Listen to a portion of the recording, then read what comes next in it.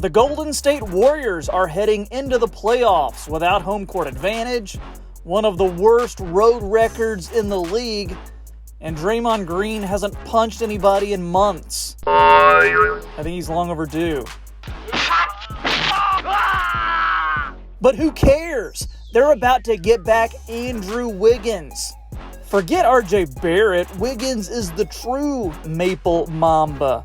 Yeah, now, I know that as recently as a few years ago, Wiggins was labeled a bust, but since coming to the Warriors, Wiggins has reinvented himself as a defensive specialist, a smooth bucket getter, and one of the best rotation pieces on a championship team. He's even got an all-star nod to his name. In today's video, I'm going to break down what Wiggs' return means for the Warriors and how this might just be the final piece for yet another Golden State Warriors championship. What's up, guys? It's Troy, and I don't know about you, but I am ready for some NBA playoff basketball. And of course, I want good matchups. I want all the teams to have their guys healthy. I want everybody to be ready to play, and I want some good games to watch. So I was pumped when I heard that Andrew Wiggins was going to be making his return after missing the last couple of months with a mysterious personal matter. It turns out his dad has been dealing with some pretty serious health issues, so Wiggins has stepped away from the court to focus on that, and he had to get his head right too. But the time has come, and he is returning to action as early as this week. And if you haven't been keeping up with the Warriors as much this season, then you might not have heard much about Andrew Wiggins. I mean, last year was a great season for him. His all-star season, first ever all-star selection. Add to that his play in last year's postseason, and Warriors fans were expecting Wiggins to take another leap this year. Unfortunately, that didn't happen due to the family issue that I already mentioned, but also because he missed separate time this season with injuries. All total, Wiggins hasn't even played 40 games yet this year, but when he did play, this was a guy who helped the Warriors be the best version of themselves. Just look at his numbers compared to last season when he was a starter on that All-Star team. There's not a whole lot of difference between this year and last year. He can still go off for 20 points on any given night. He can get you some blocks, get you some steals, and he can be counted on to drain open three-pointers. And his absence has been noticeable for the Dubs.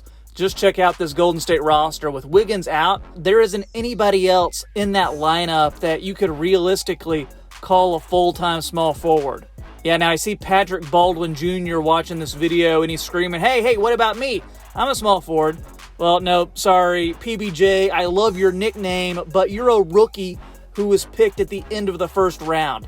Steve Kerr has to really trust his rookies to play them. I mean, this was the guy who played Brad Wanamaker over rookie Nico Mannion, who was one of the best players in his high school class. Moses Moody is a second-year player who averages 12 minutes a game. He barely sees the court. James Wiseman was so unplayable, the Warriors traded him for pennies on the dollar. And he's a former number 2 overall pick. For whatever reason, Kerr and young players oftentimes don't really mix. So the reintegration of Andrew Wiggins back into the lineup is going to be huge. They need this veteran presence on the team. And that's going to be the most noticeable thing right off the bat with Andrew Wiggins back on the team.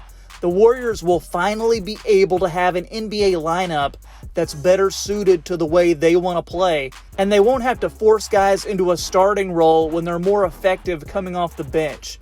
This will allow Andrew Wiggins to join Steph Curry, Klay Thompson, Draymond Green, and Kevon Looney in the starting five.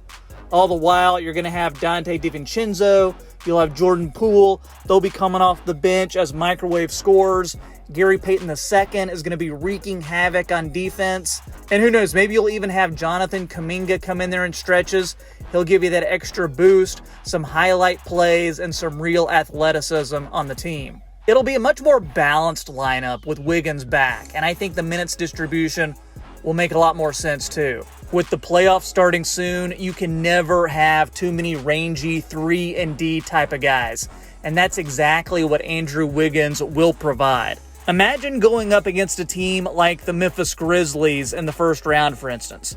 If you have Andrew Wiggins available to guard Ja Morant, Desmond Bane, allowing Wiggins to concentrate on defense, hitting open threes, and frustrating the other team's offensive players, that's going to let the Warriors' multitude of shooters concentrate on what they do best. That'll completely change the game plan for the Warriors. Wiggins is a difference maker, and the Warriors' ultimate success is going to hinge on just how quickly he's going to be able to recapture his elite two-way form. Remember, this is a guy who absolutely locked down the likes of Jason Tatum and Luka Doncic in last year's playoffs. And he'll be able to do the same this year. The question is, though, how long will it take him to get back to his true form?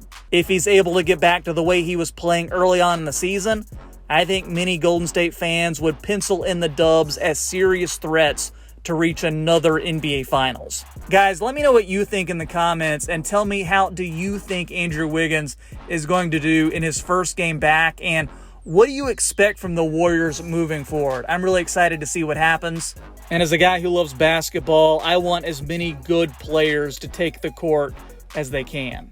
Guys, that's all I got for you today. All this talk about PBJ makes me want a sandwich. What's it going to be? Creamy or crunchy? Anybody got any Jif?